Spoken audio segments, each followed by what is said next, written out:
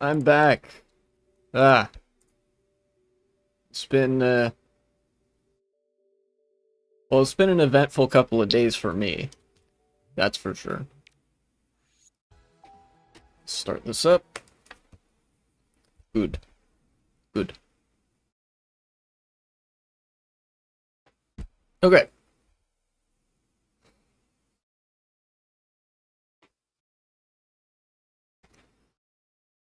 Let me let me update the game here, just in case there was something that came out while I was out. Finish. Okay, so it doesn't look like there's anything new. As who the fuck was it? Solomon? Nothing new exists under the sun.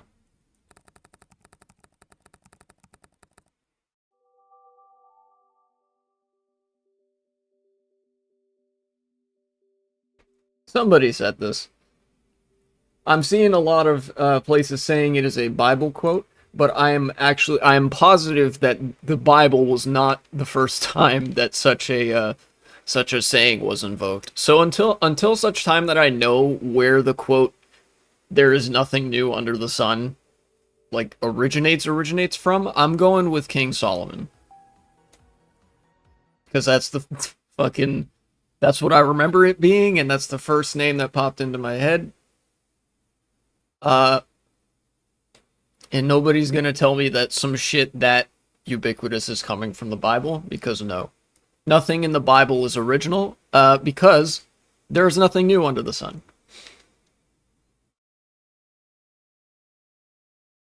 Alright, let's get into the game.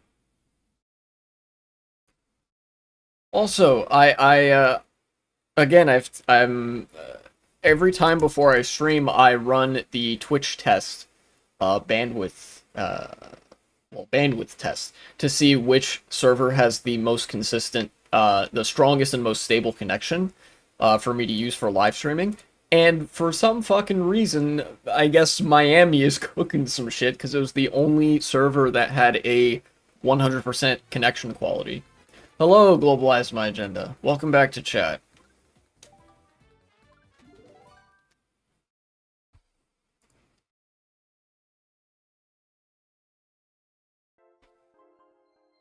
I just love X. Do you mean twitter.com? Or do you mean the letter X? Conservative politicians. Ah, I see. I, for one, hate them, but you know what? To each their own. Maybe you find them funny. Maybe that's what's up. Let's go with the regular me mock bike again.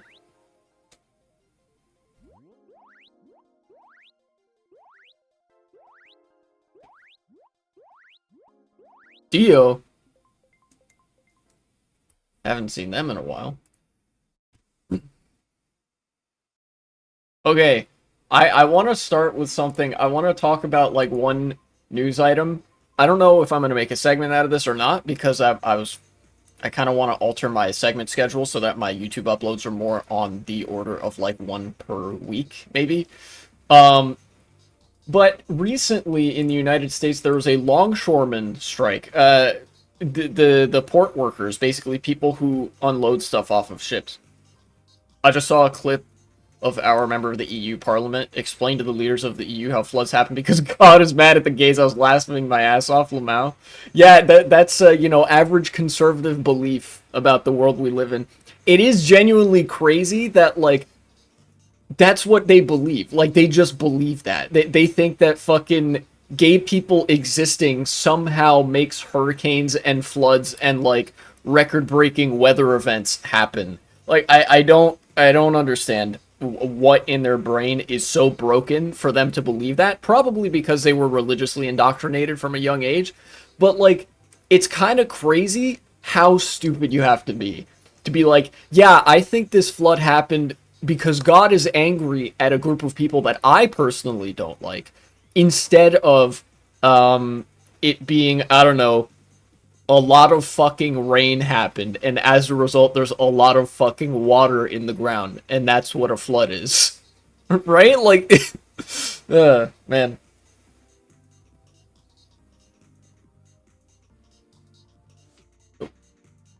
guy's falling off all over the place, poor bastard. Who is this? Fuck, I would read his name, but I don't know what all those letters are in Greek. Is that X? No. That's Ch, right? Yeah, that's Chi. That's Chi, Sigma, lowercase sigma, and then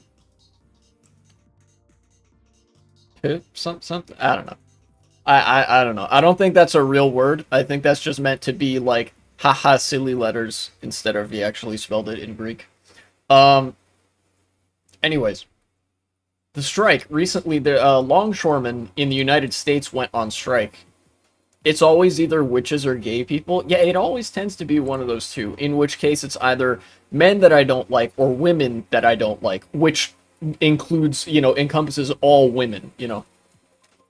Yeah, it is legitimately some medieval shit. The conservatives are on their peasant brain grind. There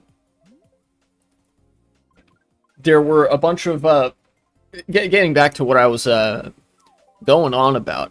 There were a bunch of dock workers in the United States on the East Coast, up and down the East Coast, that went on strike because of, well, the usual suspects: pay, working conditions, benefits, but most importantly, automation. Automation is something that workers in the first world have been struggling with for some time.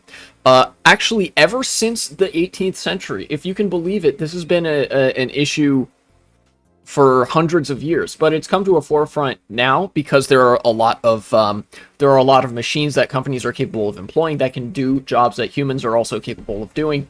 And what automation has always been used to do is to basically replace human workers so that companies are capable of cutting costs while still retaining the same sort of they get the same amount of raw revenue from the labor being done. But now, because the labor is being done by machines rather than people, they don't have to pay people to do said labor. That's one of the biggest critiques, actually, of the Luddites against automation as a concept under a scheme of private ownership. And that was actually one of the reasons for which the longshoremen went on strike, is because the companies, the shipping companies and whatnot, were trying to actually automate all their jobs away.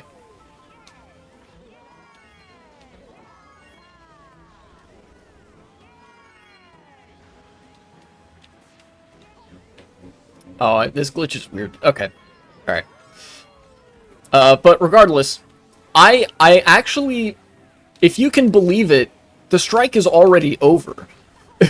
Like, it's been a little while, granted, since I streamed last, right? Like, I took a little break from streaming for a couple of days. Between the last time that I streamed and right now, the strike started, there was some news coverage, and then it ended. Like, that was it. And the reason for that is quite simple, and that is because of, well, I mean, I say quite simple. It's simple in the scope of politics, which, politics being very complicated, it's comparatively quite simple. The longshoremen went on strike, and everybody knew that, like, oh shit, this is going to be disastrous for the country's economy if, management doesn't come to the table with them and shit like that. Of course, all the news outlets did their typical thing and phrased it as, oh, poor management, they are subject to the whims of these fickle workers who want to be compensated for the work that they do. And shit like that. The typical anti-worker, anti-union framing was the order of the day in mainstream press. But a couple of things happened. Number one, President Biden actually resurfaced specifically to express support for the dock workers union. I believe it was the International Association of Machinists. I could be wrong on that. Where ILA, USMX, maybe those were the unions? I don't remember what the union's name was, but it was, yeah, okay, the ILA. The ILA went on strike, and Joe Biden expressed support for them. specifically to the extent that he wasn't going to invoke a law that legally allows the executive branch of government to shut down strikes. You know how in Canada Justin Trudeau fucking goes crazy with it. Anytime there's ever a strike, he invokes his constitutional or legal authority to basically render said strike illegal, giving himself the authority to freeze people's assets or send the police in, whatever. The United States has a similar, if less draconian, legal mechanism to do that, usually in the form of, hey, we're liable to send in the police and arrest you if you keep striking. It's called the Taft-Hartley Act. And Biden released a statement saying, I do not believe in Taft-Hartley. Basically said, yeah, no, let them go on strike. We've got collective bargaining.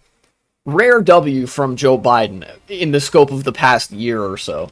And as a result, the shipping companies were like, well, shit, now we have to go back to the table. And like the day, I'm not even joking, the day after Biden issued that statement, the strike ended because the union and management agreed to a tentative contract. They agreed to negotiate again, to resume negotiations until such time that a more further fleshed out contract could be reached, right?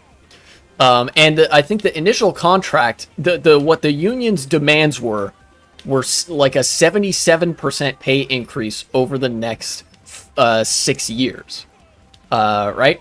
As well as guarantees that their jobs would not be like subsumed by automation and things like that. And the companies actually said, okay, as part of the tentative agreement, we're actually prepared to offer a 62% pay rise over the next 6 years. And I was like, well, that's pretty good. You know, pretty good contract, all things considered. I think that shortcut needs to be changed to be shroom only. That is too big of an advantage for somebody to have on a track like this. That could save so much time.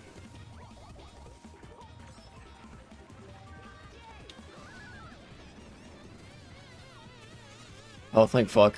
Hopefully they won't get big in time to do that shortcut. I might, but we'll see.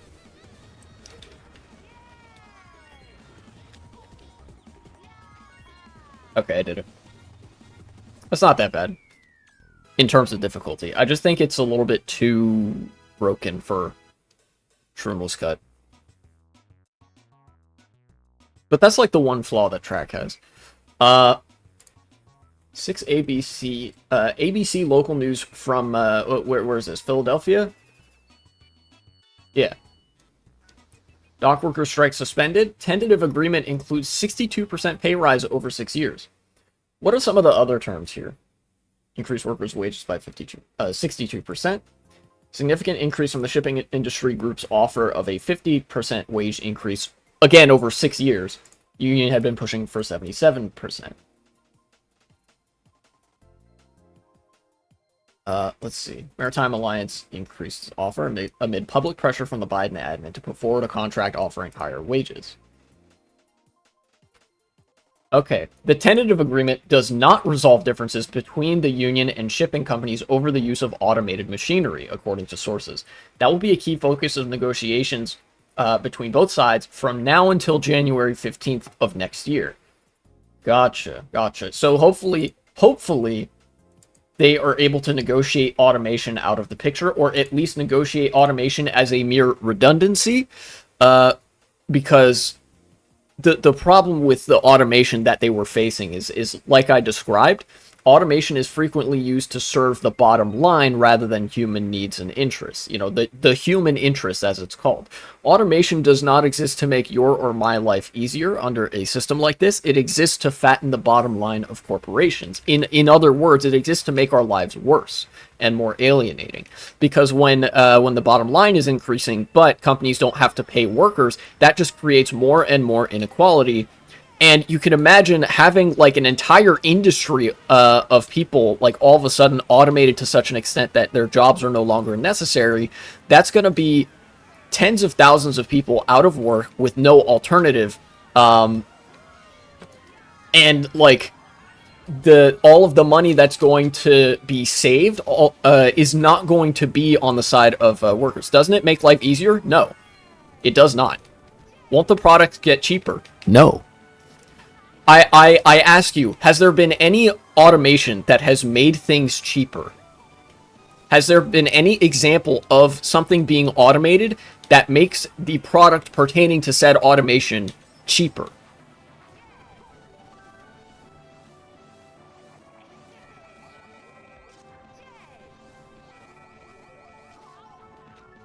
Of course, I guess I left a pregnant pause for a little too long there. The answer is no. Automation doesn't actually make people's lives easier.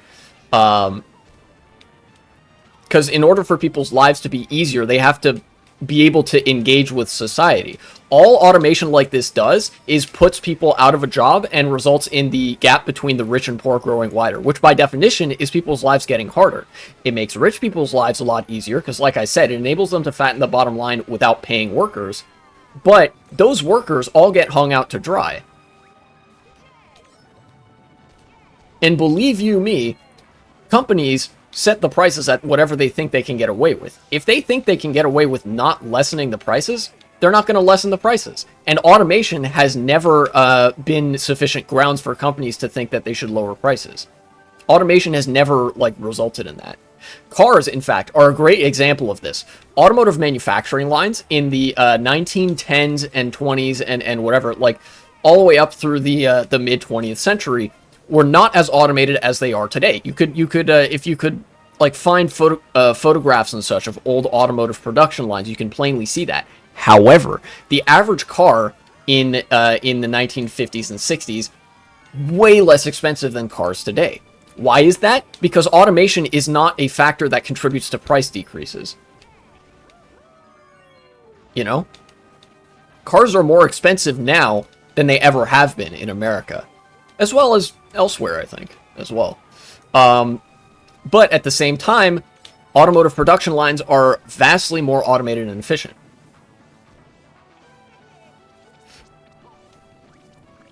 I think that, the situation of the West moving industry to China, a lot of people lost jobs because they moved out, companies got richer, but the products got cheaper.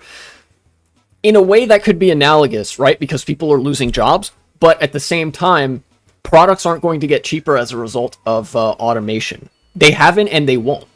You know, I ask you, provide me a reason that products would necessarily become cheaper as a result of automation. They won't. In fact, here's another example. I think if automation increases, we will have to regulate the economy more.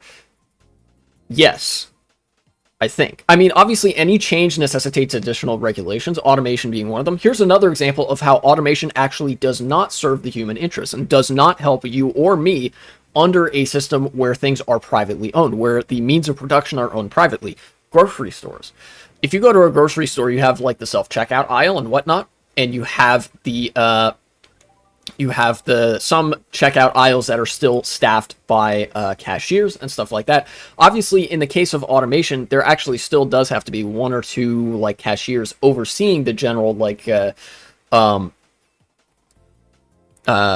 process, but that's much less labor than would be required for the other thing. Are cars more expensive in the US right now, accounted for inflation? Yes. Way, way more fucking expensive.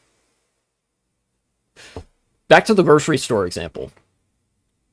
At the self-checkout aisle, less labor is required, but your life isn't necessarily getting any easier. In fact, if anything, your life is actually slightly, maybe in a trivial sense, your life gets more difficult, but now the labor is just being shunted down to you. They're kicking the labor from the person that they employ over to the customer.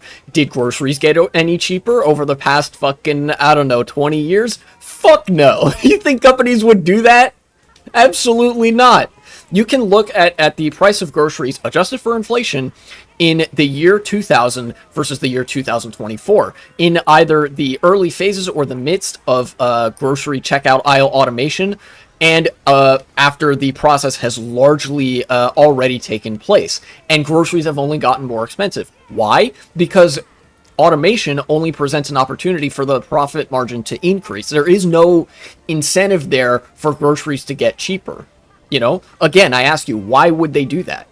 And to top it all off, you have the added detriment of people losing jobs, because the self-checkout aisles can be run with only like one employee there overseeing them, and because you don't need to hire cashiers for every like self-checkout thing, they just fired a bunch of cashiers, and that's why you only see like one aisle open and then the rest is self-checkout, is because they don't want to have to hire original people they used to have to hire. This is an example where I think it would have been very justified to stringently regulate automation so that you still had to keep the same amount of employees, if only for redundancy's sake, because those people whose labor it was supposed to save, their lives were made worse, the customers' lives were made worse, groceries didn't get any less expensive. That is automation under a capitalist system. And if you need another example, I can go back even further. 200 to 300 years ago. In fact, let's go to about 220 years ago. Don't the cashiers just do other jobs? Buddy, you're assuming that they're able to find another job. That's the problem. The problem is you're upending people's lives in a way that doesn't necessarily make them better. There is no guarantee that they still have a livelihood after the automation process happens. And that's the problem. That's the problem with automation, because the first and foremost consideration when automation like that is happening is not those people's needs. Like, why is that an afterthought? You yourself have added to, you have contributed to that exact argument that like automation isn't serving people's needs. Oh, can't they just get another job? It's an afterthought. The first and foremost need being served by automation, if you can even call it a need, is the purported need for the bottom line. The need for profit margins to increase year after year, quarter after quarter. To that end, things are more efficient. But I ask you, to what human end are things being made more efficient? People's lives are worse, inequality is soaring, and automation only makes that worse. After the self-checkouts got installed, they just switched to different types of work in the store. Pay attention to how many people are in the store at any given time. It is less now. There are less employees in a grocery store or in a big box store where you have self-checkout aisles than there were previously, because companies no longer need to hire people to do that, so they don't. In fact, if they have too many, what they perceive to be too many people, then to them, that just becomes administrative bloat. They cut those people out of the process entirely. This isn't just me, like, projecting this motivation onto companies. Buddy, this is their legal responsibility to act this way.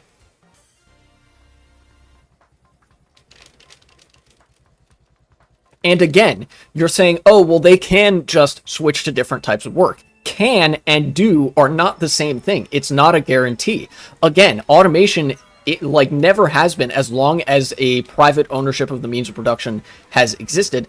Automation has never been, first and foremost, about serving human needs. It's only been employed for the purpose of fattening the bottom line. And that's like a systemic problem. And that's why you have to fight against automation, not necessarily in the sense that all automation is necessarily bad. I mean, obviously, we love our washing machines, but like in the sense that you have to be able to provide certain contingencies so that when automation happens, there is a guarantee that people still have work afterwards. I don't know, I live in a small town and talk a lot with cashiers here, still see them every day working at the shop. That's your one personal experience. That in no way contradicts any of the arguments that I've made. And also that's your experience in a small fucking town, which is by definition not representative of broader society. So in other words, you're right, you don't know. But now, I want to refer to that example that I was going to bring up of about 220 years ago, with the Luddites. The people who actually were contemporaries of John Ludd at the time that such automation was happening. The automation in question was the invention of the loom. The loom being something that makes weaving a lot easier, a labor-saving device. The protest against the implementation of the loom in a factory setting was not on the grounds that things shouldn't be any easier than they are now, but rather it was on the grounds that that because the shops and the factories were all privately owned, the only thing that a loom would serve to do is to enable the factory to cut off more of their workforce, or to pay them less and get more in profit. And that's exactly what happened. The Luddites were right to be skeptical of automation. And all of us should be skeptical of automation in a capitalist system. And if it is not immediately evident the degree to which automation like that serves the needs of the people whose jobs are being automated, we should view it as a negative change if it's not properly regulated. You know, because what would happen in the case of the docks, the dock workers, because there are automated automated cranes, automated unloading mechanisms, and whatever that this automation would consist of. All that's going to happen is you're going to see thousands of dock workers being fired. And buddy, if you know the job market, they're going to have a hard time finding work elsewhere because everything is being automated. This is one of the principal problems that everybody, including myself, has with AI as well. There are a lot of people who work in the arts who have, knowledge of the arts, who have a degree in the arts or whatever, and they're trying to put their skills to use, and AI is putting them out of a job. AI is actively detrimenting the human interest. It is doing the opposite of serving human needs. It is creating human misery, and for that reason, automation is bad in a capitalist system. If there was a different system, then there would be different incentives for said automation, and there would be a better way of prioritizing what gets automated and what doesn't. For example, labor that we already do at a household level ourselves that isn't like wage labor or whatever, that is stuff where automation is useful. But labor where people get paid, where they do that for their job, that is where automation should be viewed with intense skepticism every time. Because with the quarterly profit motive being the driving force behind the entire economy, the only incentive that exists for automation is to increase that profit either by way of firing workers or by like. Well, actually, that's the only way that profits can really be served right now. By automation, that is, because like why would you automate somebody's jobs unless you fired that person? Or unless you want to fire that person. How would you regulate that, though? I am glad you asked. The part of the way that you regulate that is with very strong unions. The union negotiations that I was just talking about, this new segment with the ILA, was straightforwardly about the automation process, and they want guarantees from the company, which would be legally binding. Remember, a union contract is a legal contract. That is a form of regulation. That is one way in which unions can actually take part in the regulatory battle against automation. Is that, like, you say, hey, if you automate this stuff, you have to keep all of our jobs on. Like, you can't fire any of us.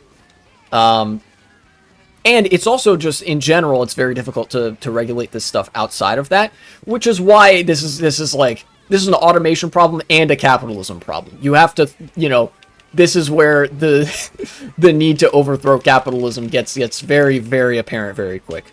I'm not a legal expert in terms of crafting like congressional legislation to make rules around how jobs are automated, how labor is automated. That's very difficult.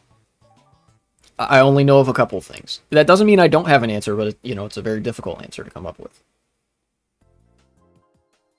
But again, this only serves the argument against automation and AI, because the question here that you're asking is, oh, well, how would you even regulate that? Conceding entirely the ground that, yeah, okay, it's bad, but how do you stop it? That's the whole problem.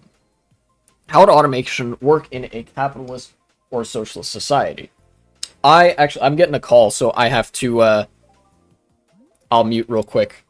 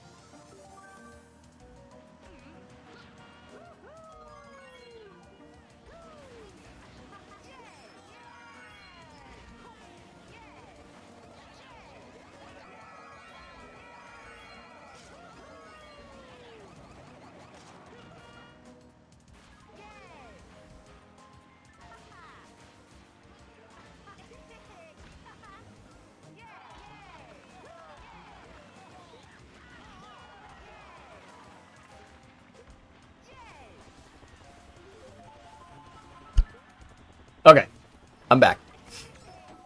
Sorry about that. That was a call from my volunteering thing. How would automation work in a communist or socialist system? Well, at the core of automation, right, is the principle of labor saving, right? Like the you want people to be doing less work.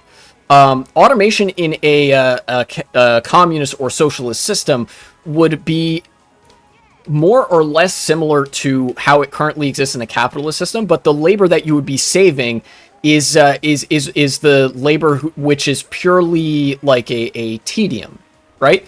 Like the dock workers, for example, rail yard workers, dock workers, people whose jobs are like whose jobs revolve around certain labor, the automation there would only be in a very limited capacity, or would only take place in the form of redundancies, right? So like in the example of the dock workers that recently went on strike, there would be the guarantee that all of these dock workers, because they own the docks, they would still be like keeping their jobs and stuff like that. And you would only like bring the automation online, whatever, if they were for some reason like gone.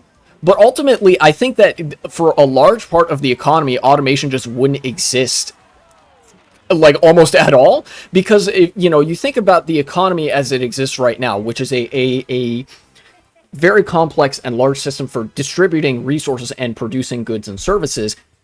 We are overproducing. We've actually gone too far in that direction. You can read somebody like Peter Kropotkin or whoever.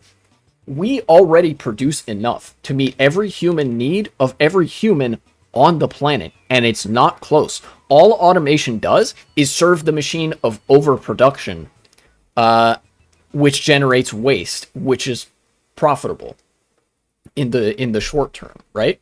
So automation would probably just be like, I don't fucking know. I actually don't know. I don't know what automation would look like in a socialist or communist system, because I genuinely can't think of stuff that we would, like, want to automate anymore. If the dock workers own the company, wouldn't it be better for them for the machines to work 24/7 for them? Not necessarily. And I know that sounds like a crazy thing to say, but people are not idle creatures. People want to do stuff. And this isn't, I'm not trying to make the work will set you free argument, but rather you don't want automation to cut out human work entirely. You want that to still be there, right?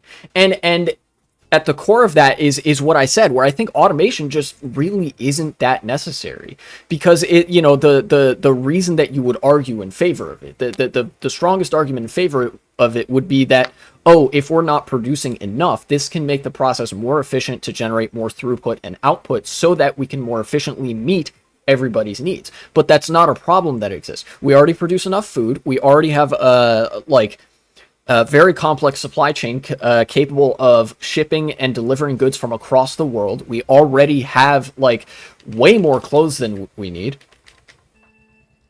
They still have work to do. You have to maintain, do quality control, make sure the dock is in working order. Buddy, that's a different job.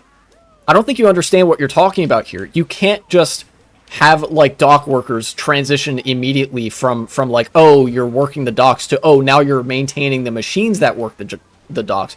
Those are two different kinds of jobs. That necessitates an electrical engineer or just, some kind of engineering work to do. That's not a dock worker, right? The only thing that automation of the dock workers' jobs would serve to do is to replace the dock workers. Do you understand what I'm saying here? Like, it'd be one thing if a computer scientist was creating code to more efficiently automate their own job, because then they are still, like, when they're looking at whatever algorithm they've created to make, say, I don't know, large computations a lot easier, that's still their field of expertise. The nature of their job has not fundamentally changed. With the dock workers or with people working at a shipping company, these are people who are working the trades. They're not like trained necessarily to maintain and inspect these kinds of machines. Again, you're putting the machines before the human interests here. Why not get rid of all machines? Because we have them. If we got rid of trucks, we would be able to hire more people to transport goods. Because at the core of that is that, like,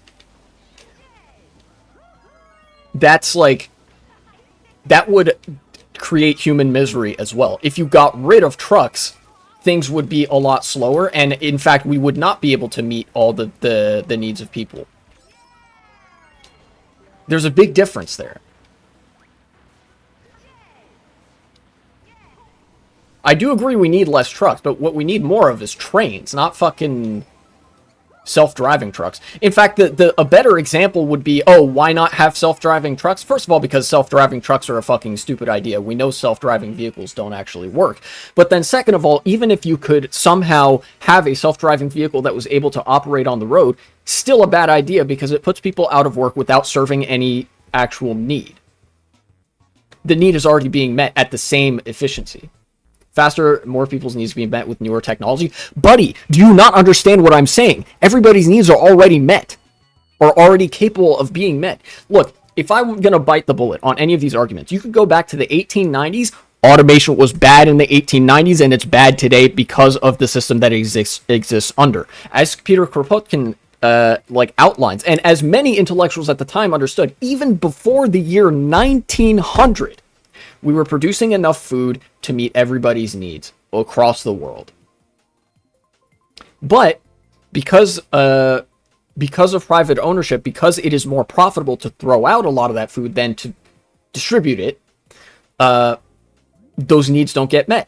And that's not going to change with automation because, like I said, the only incentives around automation in a capitalist system make the problem worse. A lot of these things are genies that you'll have a hard time putting back in the bottle, right? Like, do you think the Industrial Revolution was bad for humanity? Yes, and it's not close. Most academics agree on this. In the interim, and even, like, in the long run, it's hard to have a standard to compare it to because there is no alternate timeline readily available where that didn't happen. But you can actually look at the health outcomes, life expectancies, and other related statistics that were available during the midst of the Industrial Revolution and compare that to pre-industrial agrarian conditions, and the average human life, with as objective measures as we can find, was without a shadow of a doubt more miserable during the heyday of the Industrial Revolution than before it. Take a look at England, where, like, kids were in the factories getting black lung and shit. Like, yeah, kids would have been, getting worked in the fields and shit before the Industrial Revolution, but they weren't getting black lung in the factories, which, by the way, is not to necessarily say that industrialization or factories are a bad thing. If you were capable of engaging with the point that I've made, then you would understand that the thing that gave kids black lung was the profit incentive that drove business owners and factory owners to put children to work in the factories, because they weren't simply content with making enough to satisfy people's needs. They had to fucking make money hand over fist. I think I'm just gonna shut this down right now. I'm getting really tired of engaging with in this discussion. Anybody who defends automation in cases like this where it is so clearly not serving any human need, this borderlines on tech fetishism, where you're prepared to sacrifice all of humanity and turn the world into a cyberpunk dystopia because, wow, cool tech advancements. I have so little patience for this line of argumentation.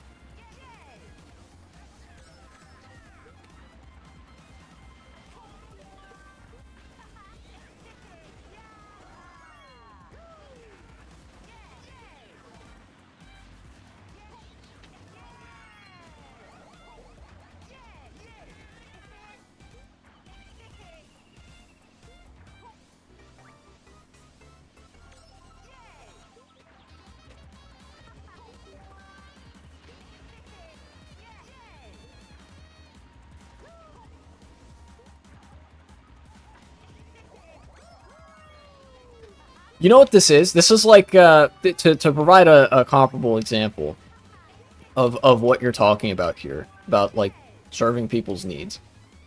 I go to the food bank every now and again. Why do I do that? Is it because it's the most efficient possible method of distributing food? Fuck no. It's because it is a method of doing so, and it's something I can do with myself. And it makes me feel like I am helping the broader community, and it makes me feel like I am forming, you know, social connections with people, because that's exactly what I'm doing. It serves multiple purposes at once, right? It is a way in which I, like, try to integrate myself with broader society. It's good for me on multiple levels to go there. Now, does that mean I should be going there 10 hours, like 10 hours a day, 5 days a week? No. But the automation that we're talking about here, what you're posing is effectively the question, oh, if we're concerned about like food distribution, why don't you just automate all the volunteer jobs at the food bank? Assuming such a process could cost no money, why don't you do that? Because that's not the fucking point of the food bank. Right? The food bank is there to patch up the gaps in the existing food distribution system, a food distribution system that has plenty of automation that just isn't serving human needs. But you're taking one of the other fundamental purposes out of the food bank, which is to be like a social hub. You're turning the food bank into an antisocial environment by introducing the concept of automating people's jobs away, right? Imagine if you made a robo cook. You just had that at every restaurant. Congratulations. Making food is now easier, I suppose. But now nobody can be a chef anymore. Like, none of the chefs have a job. They're out of work, and they can't get work because their line of work requires them to compete with robo chefs, something that they will never be able to do. I hope you realize what kind of world of misery you would be creating if you were just full-throatedly in support of automation all the way. Jesus fucking Christ, dude.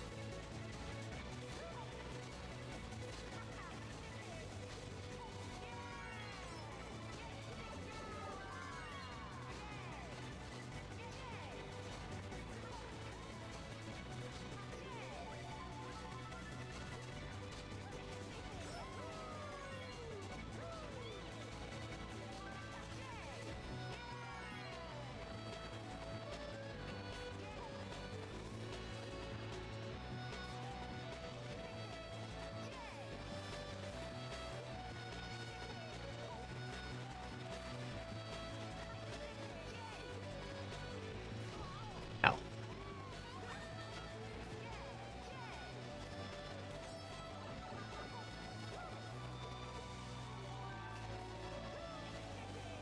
I almost got him with that, huh?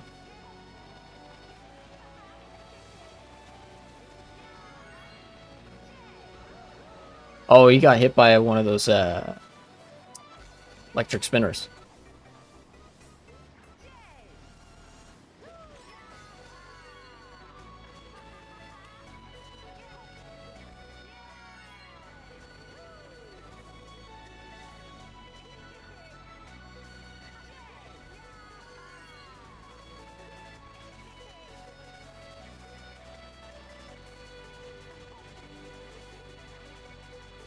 I don't know, this is kind of a dangerous game that I'm playing here, holding this mushroom.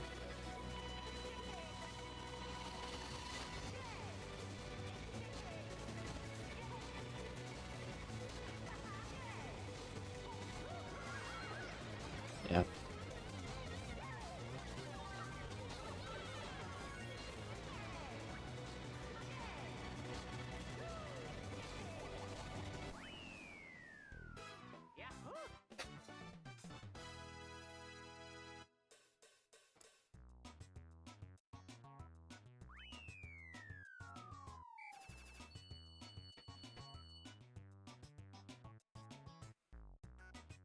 Well, you successfully ruined my mood for this stream. I hope you're happy with yourself. Regardless, longshoremen are in negotiations now. Hopefully they get a good contract.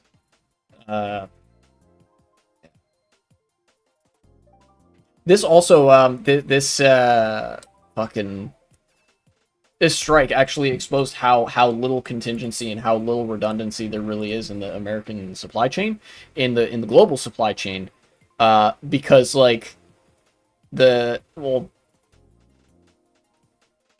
company was like not there wouldn't have been enough time to get scabs on the scene as well, but like the one crew of dock workers was like enough to shut things down. Um,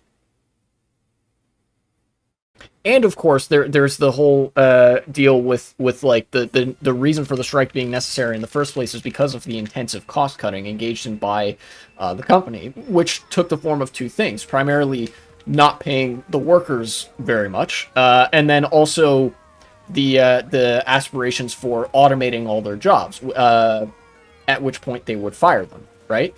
Like you haven't really bolstered the supply chain in any meaningful capacity if you've done those things. In fact, if from the perspective of underpaying workers, all you've done is make the supply chain a lot weaker because people are now less stable, both like financially and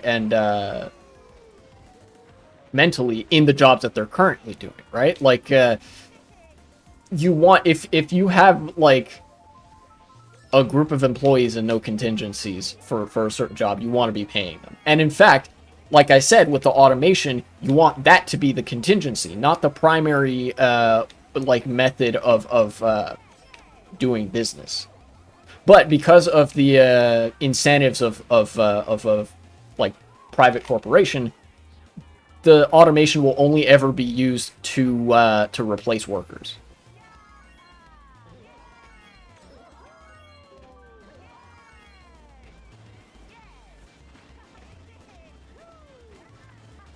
But that's just one thing recently that I saw fit to talk about.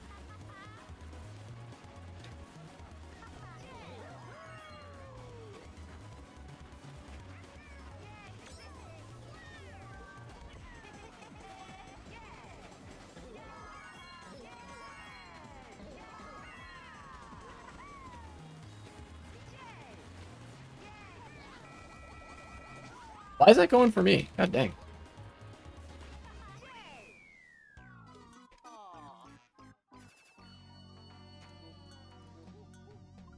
Yeah, I'm quitting.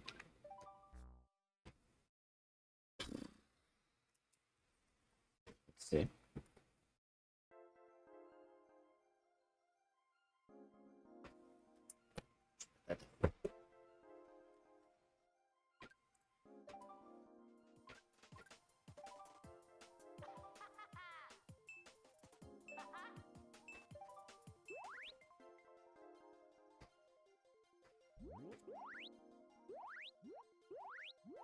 What do I even talk about to follow that up?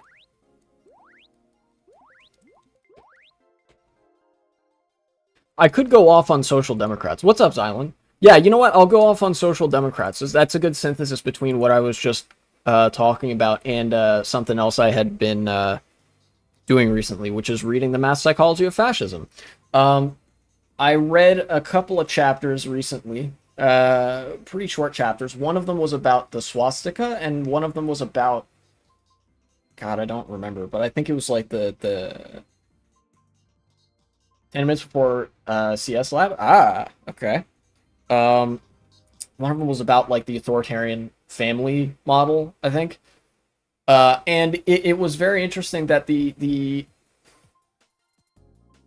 Social Democrats and the Nazis, both in Germany at the time, agreed on certain precepts and assumptions about the nature of a family unit. That being the sort of default organizing model of paterfamilias, and also the assumption that like that I guess in the words of the author, that woman is not a sexual being, but rather a childbirth factory, right? You know, the I guess, you know, getting some shades of that Rosa Luxemburg theory, where yeah, you know, there's a social democrat to Nazi pipeline, especially back in the day. Um, you know, and what made me think of that was the sort of fetishism inherent to a lot of authoritarianism. Particularly, there are themes of like at least the most benign way that the Nazis could phrase it was trust, right? Or that conservatives, including Nazis, could frame the issue was one of trust. Do you not trust the state to make the right decisions and whatever? And like I think that was a talking point that surfaced in the VP debate recently that a lot of people didn't really care about.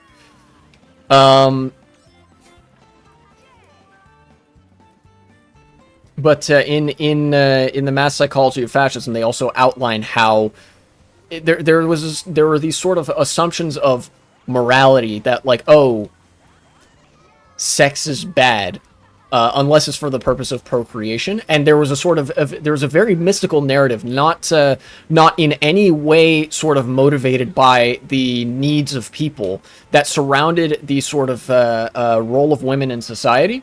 And that still does to an extent. And in fact, that's one of the very disturbing parallels that resulted in a lot of the debate about sexuality and women's rights in Germany at the time being centered around the topic of abortion and the right of women to control their own bodies, putting it specifically in the framing device of women's bodies, as opposed to people should be able to fuck if they want to without like having to deal with, like, I don't know, having to end an unwanted pregnancy. You know, I think be generally preferable if there wasn't this default assumption about the sort of patriarchal and like very anti-women, anti-human model of society, right? But regardless, there's a mythical structure around themes of fatherhood, womanhood, motherhood, child rearing, the big family, all of this stuff that is like the bedrock of an authoritarian society, that deprives the individual of their agency and freedom to choose what role they will in society, especially for the women and children, because they are subject to the life and death power of the father. And the Social Democrats bought into this framing to a very large degree, because a lot of the other side of the spectrum of this discourse was coming from the Soviet Union. And, you know, we know exactly what people in Europe at the time thought of the Soviet Union, don't we, folks? But here's the synthesis between what I was reading about how insane fascists were, how sex-crazed and authoritarian and patriarchy-pilled fascists were, and the tech bro fetishism that Globalize My Agenda has exhibited in chat around topics of automation. And that is that, like, there are certain things that are viewed as good for their own sake. Automation being one, but the family model being another one. Wouldn't you want families to thrive? Wouldn't you want things to get easier for people by way of automation? Neglecting the fact that those two don't follow. You know, it very, very in line with my argument about tech fetishism is that there's no outcomes at the base of automation. None of this discourse is being driven by the outcomes. Oh, well, I guess part of it is being the anti-automation and the sort of anti-paterfamilias side of the discourse. But the tech bro and the fascists achieve synthesis in their fetishism for models that enable society to become more authoritarian and more alienating. Right?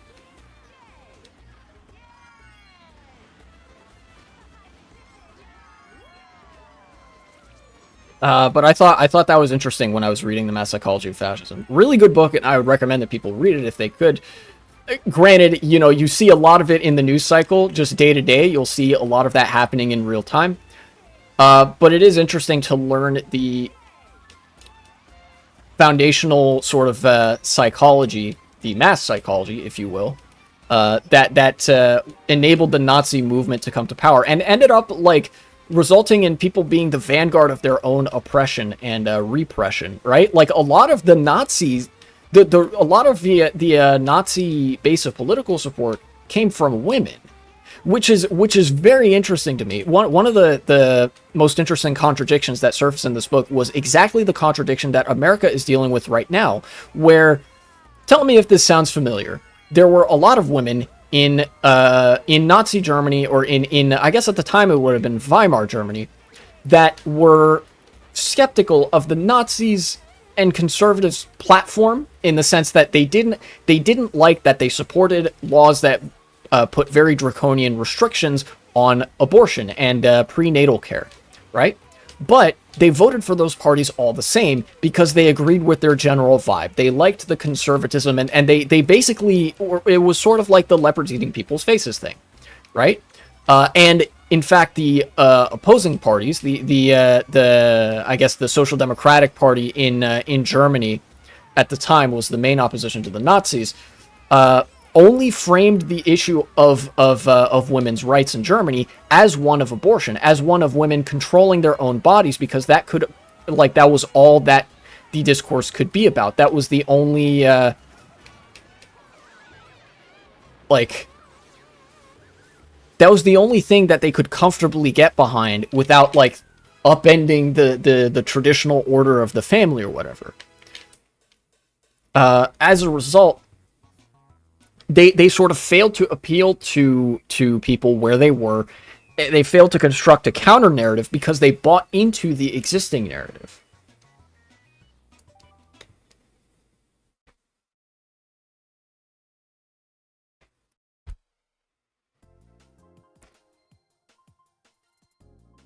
Does that make sense? I might not have been entirely coherent in the way I described that, but it's a contradiction that I saw in the book that was very reminiscent of what we're dealing with in America, where there are a lot of women that vote for the conservative-leaning party, but at the same time, they routinely vote in what everybody recognizes is their own interest on matters of abortion, prenatal care, and things like that. All the while, outside of that, buying into the framing of traditional family values, that of women as being mothers who live in the household and who are ultimately subservient to the wishes of the husband. Right? It's a very sexually repressive model, that was being grappled with in the 1930s, and that we're grappling with now, post-sexual liberation movement of the 1960s and 70s.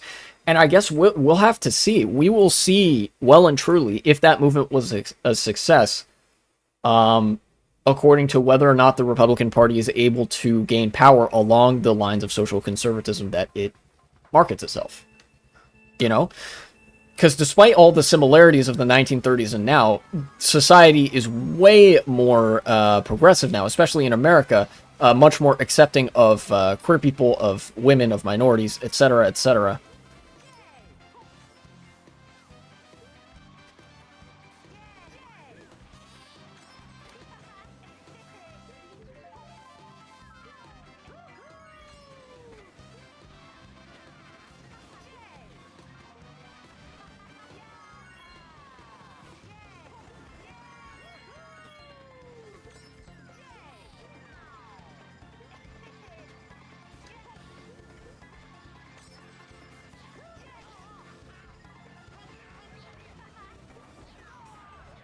I think that was the right choice to use that mushroom there. Okay.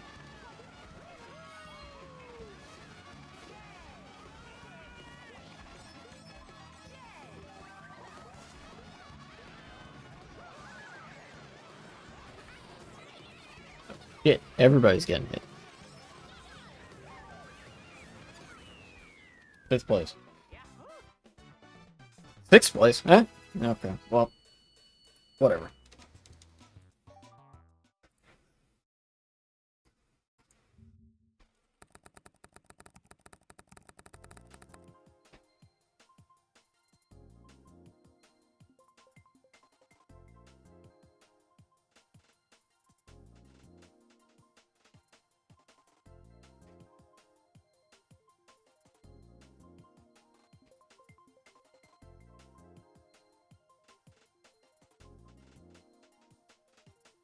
Ah, here's a Springer article. I might want to read this later.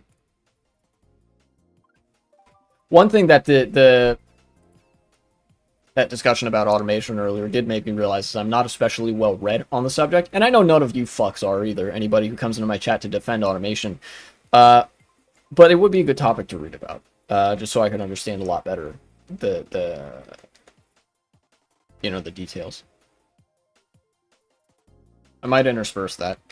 Um, yeah.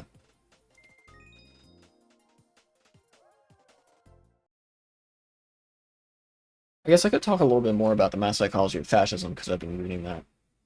I talked about the sort of that contradiction where a lot of women supported the Nazis despite the Nazis like overtly anti-feminist and anti-sexual liberation views. And you know what else is interesting actually that I did not mention, I've just now remembered, is that part of the way that they framed this discourse, the Nazis, was that they made it a race thing, which, if you're American, that sounds familiar to you, because it was all about like, oh, the black people are coming to Germany and raping our white women, but then at the same time they defended concepts of marital rape and opposed the concept of sexual liberation by way of like, I don't know, having an active sex life with people who you weren't necessarily married to, or rather, oppose the concept of not having a marriage system to begin with because of like the implications of such a legally binding system of determining sexual relations, if that makes sense, right? So, in the text of the book, in the text of the quotes by a lot of the Nazis and stuff like that, you would see and hear things to the effect of like, oh, they are raping our women, but then you would read on and it's very clear that what the Nazis intend by rape is just sex outside of marriage, or sex outside of their like socially conservative accepted parameters, right? For the Nazi, rape can only be a thing if it is a racial minority doing it.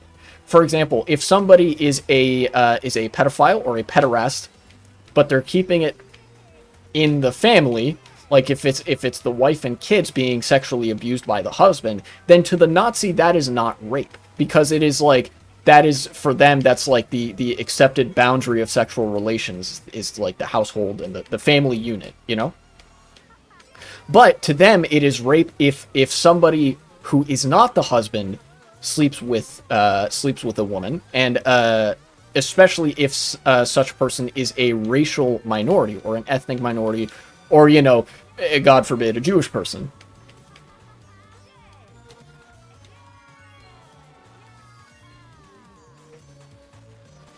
And you'll notice very, very similar framing devices are used by conservatives in America when they talk about immigrants raping women as well. This is very reminiscent of the Jim Crow days too, which I guess, fitting that this book was actually written during the Jim Crow era in the 1930s.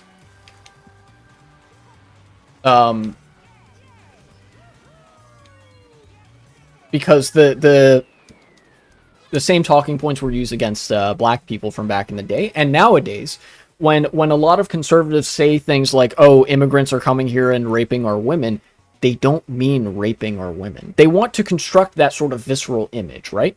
They want to construct the image of themselves being cuckolded to a brown person, right? But at the core of it, it doesn't need to be rape for them to consider it rape. It just needs to be sex outside of marriage. Because remember, conservatives are anti-no-fault divorce. They support marital rape. Does that make sense? Do you guys understand what I'm getting at?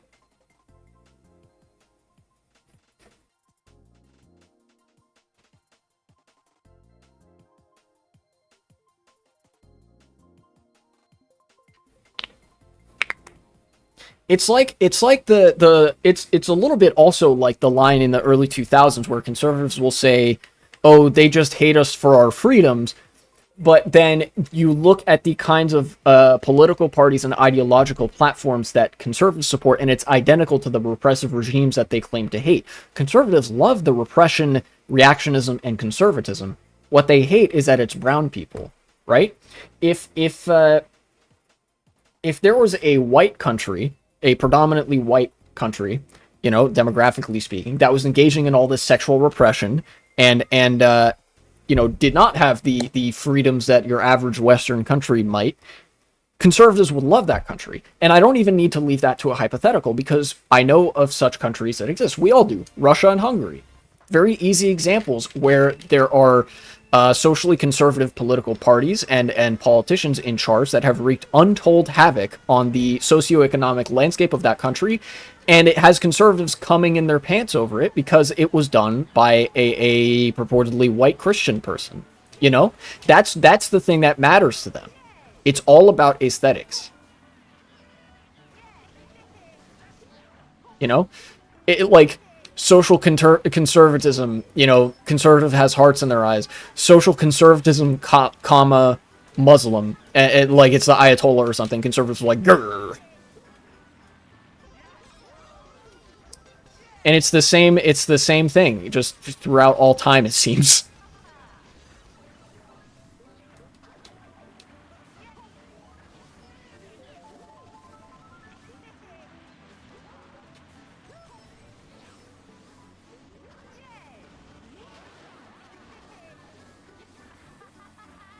I didn't realize I would get a draft there, but okay, that worked out.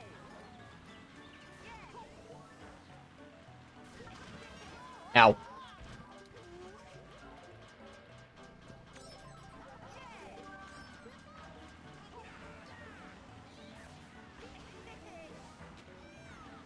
Charge mini turbo.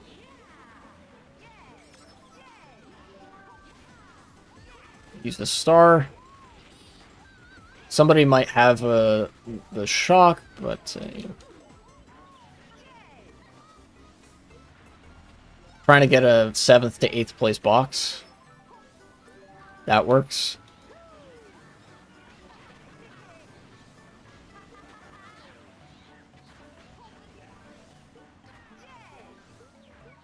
I'm gonna try to save this mushroom. Again, a dangerous decision because I recognize this. Okay, yeah. Oh, what? I somehow got away with murder there. What the fuck?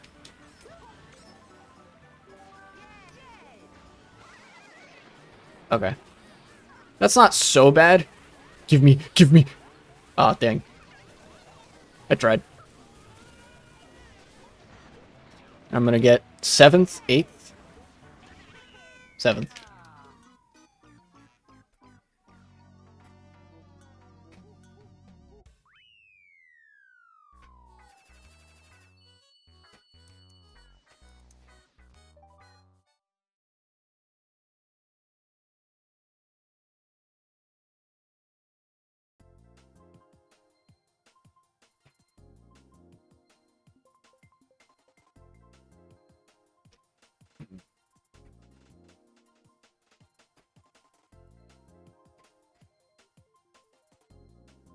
Oh yeah, Israel's also fucking invading Lebanon currently.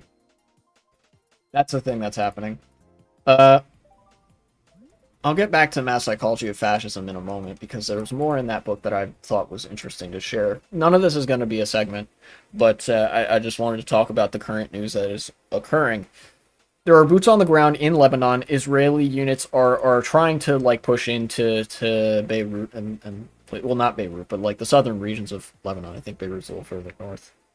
And there were some news reports saying that Hezbollah militants had like repelled them at various points. They might have a foothold since then. I haven't seen very much coming out of there.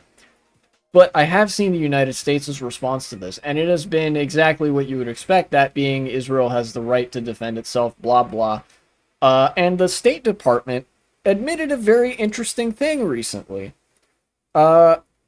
There's a press conference where I think Zateo, which is Mehdi Hassan's news outlet, was able to ask some questions of the Biden admin, and they sort of asked about the nature of the supposed red lines that America had been putting down for Israel and that Israel had been repeatedly violating. And so they're like, okay, so like, well, you know, what's basically like, what's the deal here? What would what would necessitate a U.S. response, and what will the U.S. response be to some of this now that Israel has actually violated what you claimed to be red lines? And also I think some of it had to do with like, how do you resolve such a conflict as this? And the U.S. State Department basically admitted, yeah, we never wanted a diplomatic resolution. In fact, they didn't just basically admit that. They said, the spokesperson for the U.S. State Department got up at the podium and said, We never wanted a diplomatic resolution with Hamas. They just gave the game away. The objective was always genocide.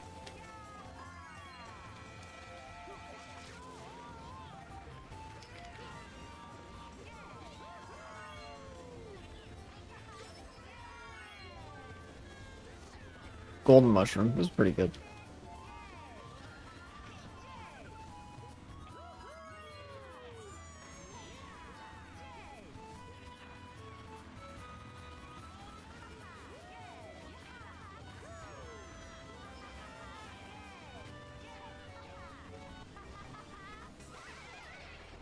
Let's see.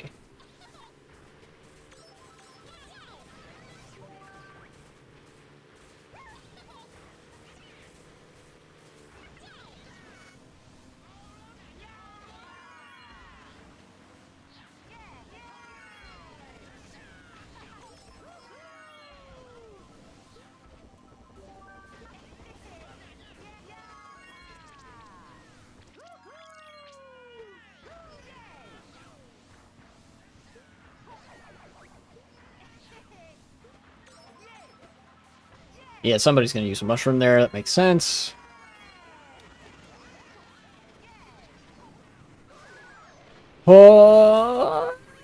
Third, second, maybe?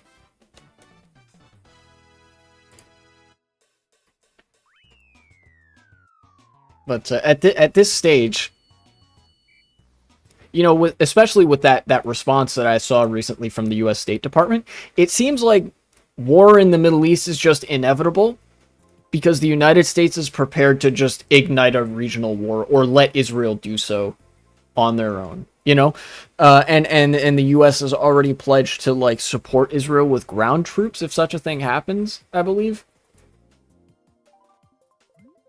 It's not good. It's fucking like every time I see this happening, I get more and more frustrated because it's like the United States can't conceive of a solution to a geopolitical problem that doesn't involve military force or that doesn't involve escalation.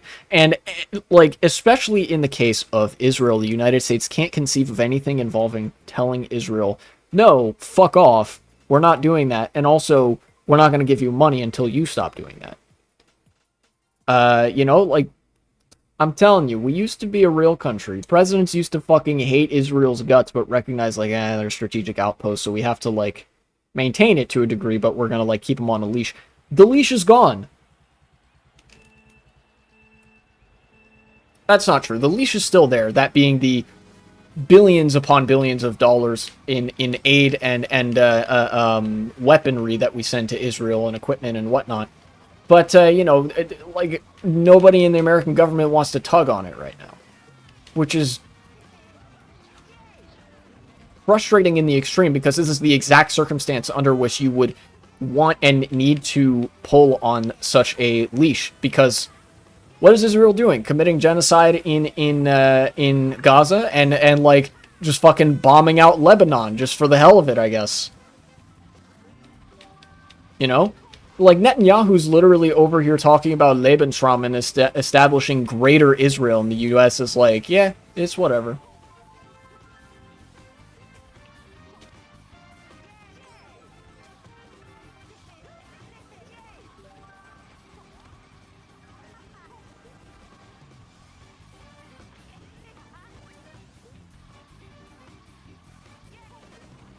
Again, it's one of those things where I almost don't even know what to say about it, because it's like I've already said everything that needs to be said. But like, fucking Israel's our attack dog. We refuse to yank the leash of said attack dog, and it's only garnering negative fucking consequences for the U.S. Ah, a possible ban evader. You're going in the hole. Bye bye. Get rid of that. I hope I didn't hit that guy. I really need an item.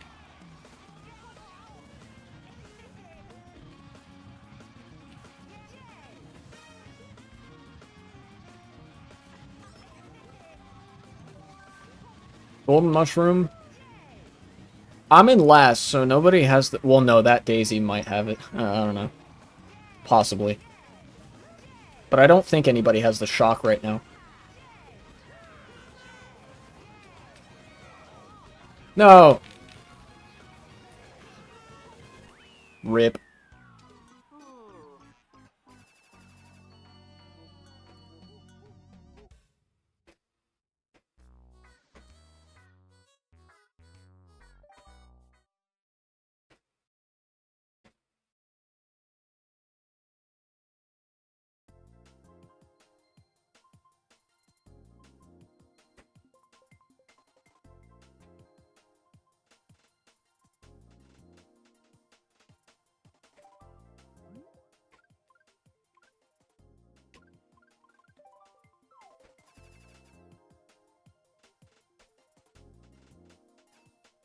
Oh wow, would you look at that? I'm looking at this Springer article, and it's basically like, yeah, the only way you can achieve full automation is if you fucking create machines that are capable of doing everything that humans could do, at which point you've just created another human, and as a result, there is no, like, the world is not post-labor, because in creating machines to do labor that humans used to do, now you've just gone so far with it that you've created more humans. Does that make sense? And then you just get the animatrix.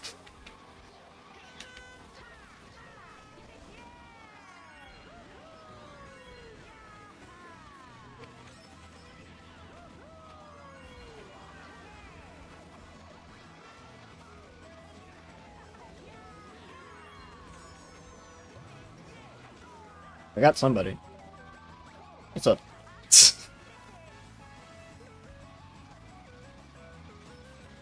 That's crazy.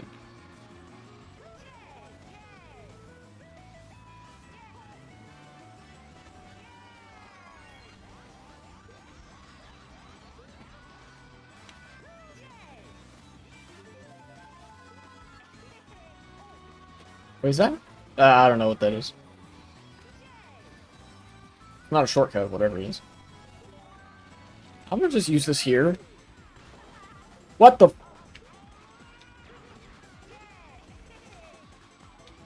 Doing this again.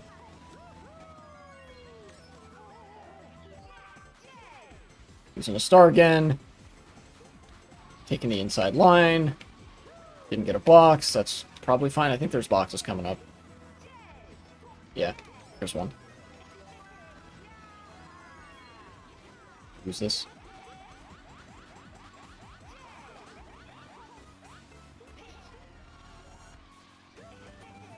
Yeah, that's not a shortcut. Bad at games figure that out the hard way. Like I did, kind of. Whoa, what the f- First was right there? That's kind of crazy.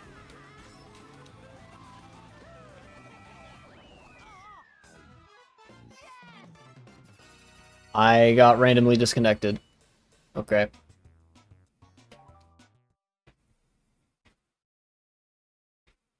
What's going on with my bitrate? What happened there?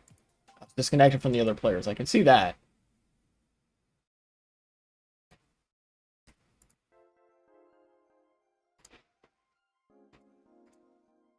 I should be able to see, like, the history of my bitrate, like what it's been at various points. Oh well.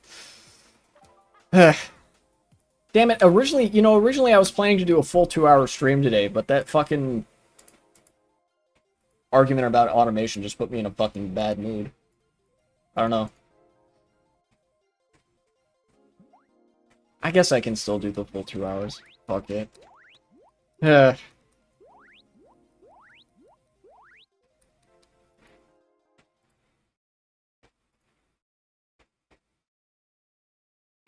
see. Economic logic pushed to its limits. The logic of technological development leads to the prospect of full automation, a world in which all labor required to meet human needs is superseded and performed by machines. Technologies have fully substituted, not merely augmented, human labor. What should we make of this prospect? How does the economic context in which machines currently exist and have their being affect how we view and categorize technologies? What does the increasing sophistication of machines say about the human beings they are coming to resemble?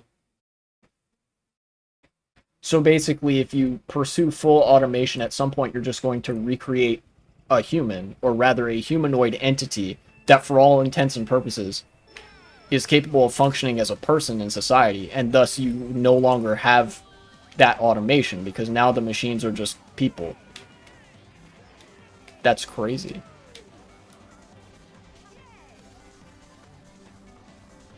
And again, I guess that's how you get the animatrix.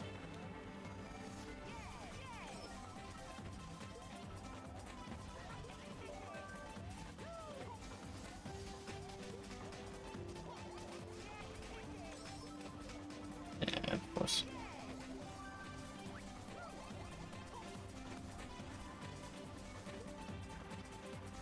Ooh, okay.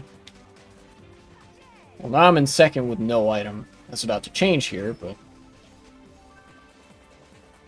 Is it really? There's no trick ramps here? That's kind of wild.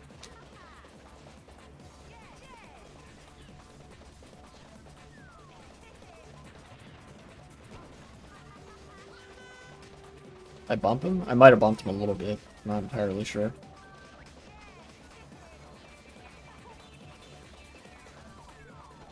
Quick item. Yeah. Nice try.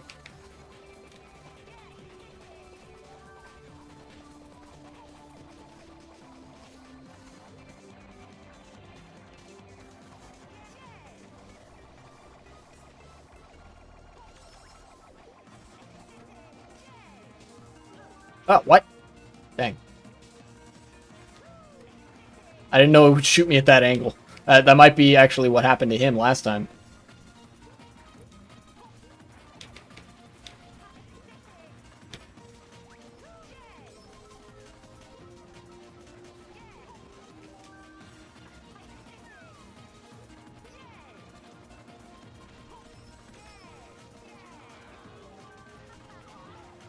Oh no! I fucked up a cow dodge. How did that happen? Jeez, man. Well, if I get third, I'll be pretty happy. Second? Okay.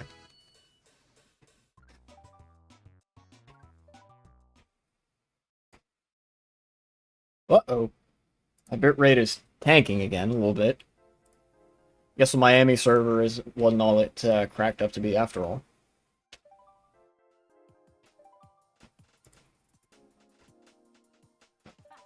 I guess today's a little bit of a downer day. I'm gonna re-reel. I don't have the energy to do the full 2 hours, so I'm gonna just cap it off by talking about the vice presidential debate, which some people might have seen, but nobody cared about, like, realistically speaking.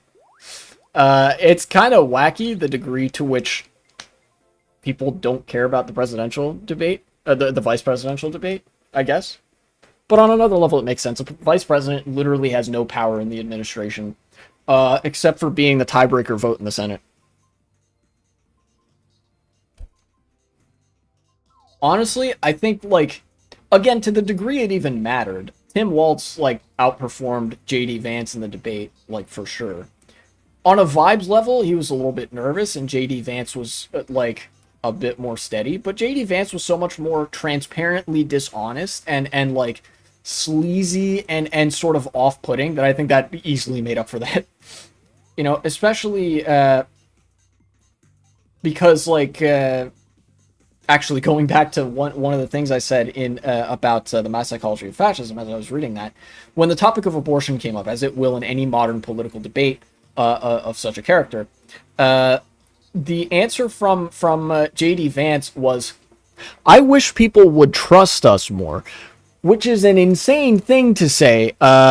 Like, oh, my view on abortion, man, women should just trust the government. Excuse me?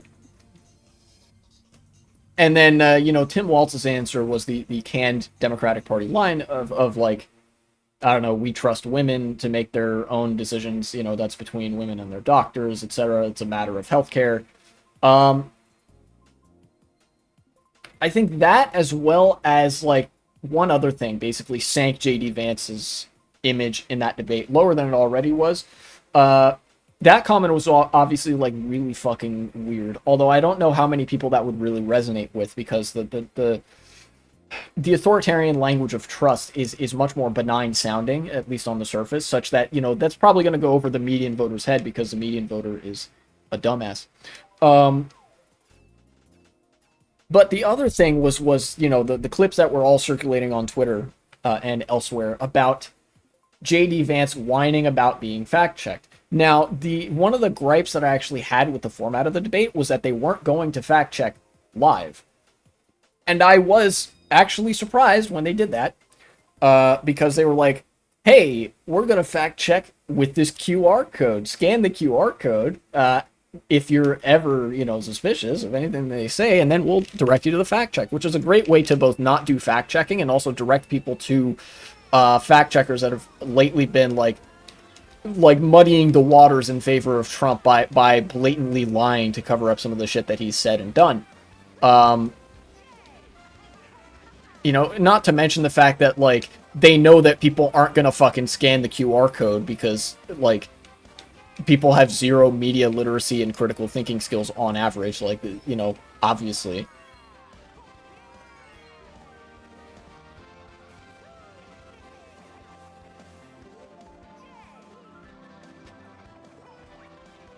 But there, to get to the other, the part of the debate where JD Vance, like, basically lost instantly, it was the segment where the moderators were sort of, they were talking about, like, what was it? I think it was the migrants in Springfield or whatever, something of that nature, where JD Vance was obviously espousing some fucking shit that had been debunked. Probably that, I think it was even the narrative that he himself cooked up about them eating cats and dogs and whatever, you know, bringing that back into the foreground.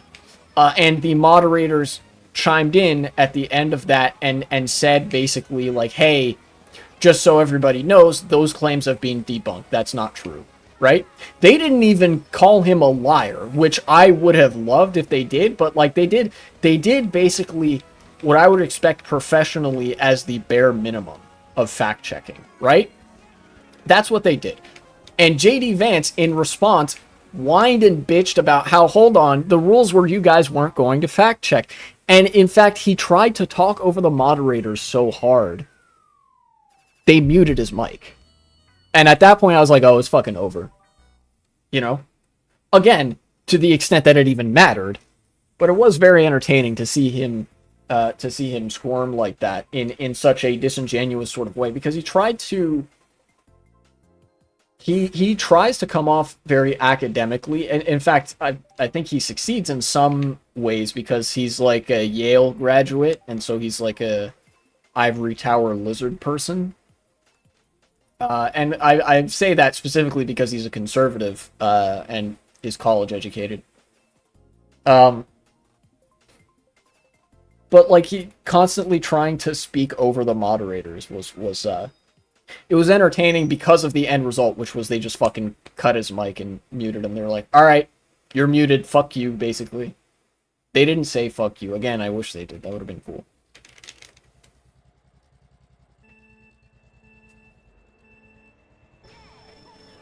A lag start.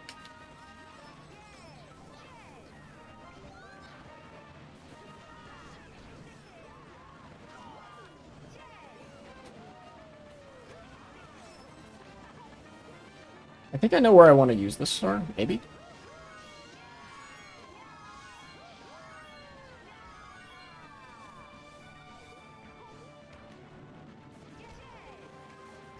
And I think that's after this ramp.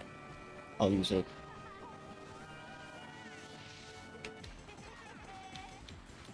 Yeah.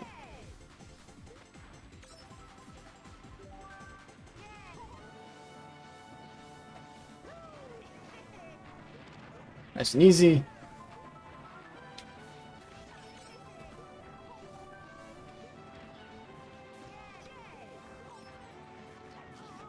God damn it.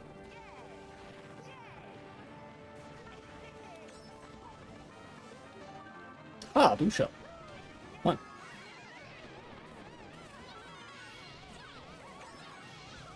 That works pretty nicely.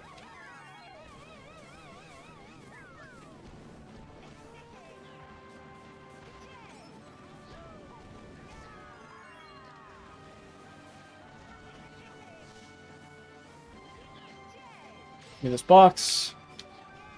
Get rid of that banana. Oh, shit. I didn't think that would hit him. I just wanted to get rid of his banana. That's not gonna hit me.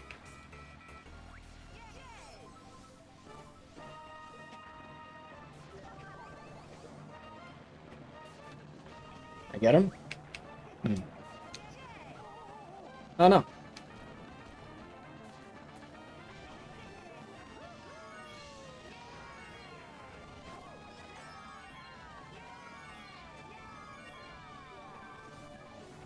Oh, he took the shortcut.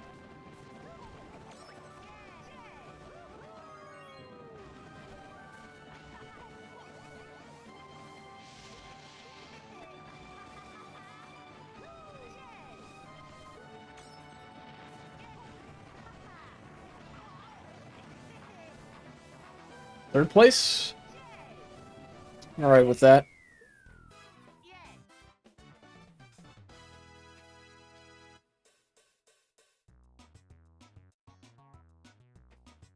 Huh.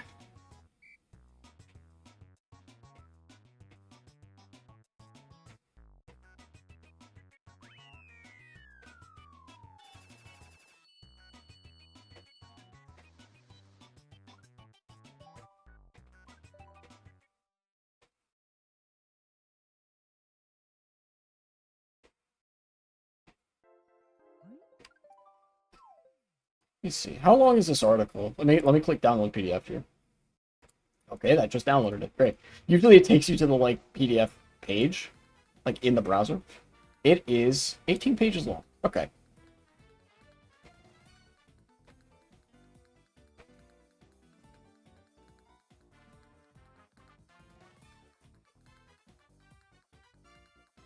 Feudalism, 4 possible futures of automation.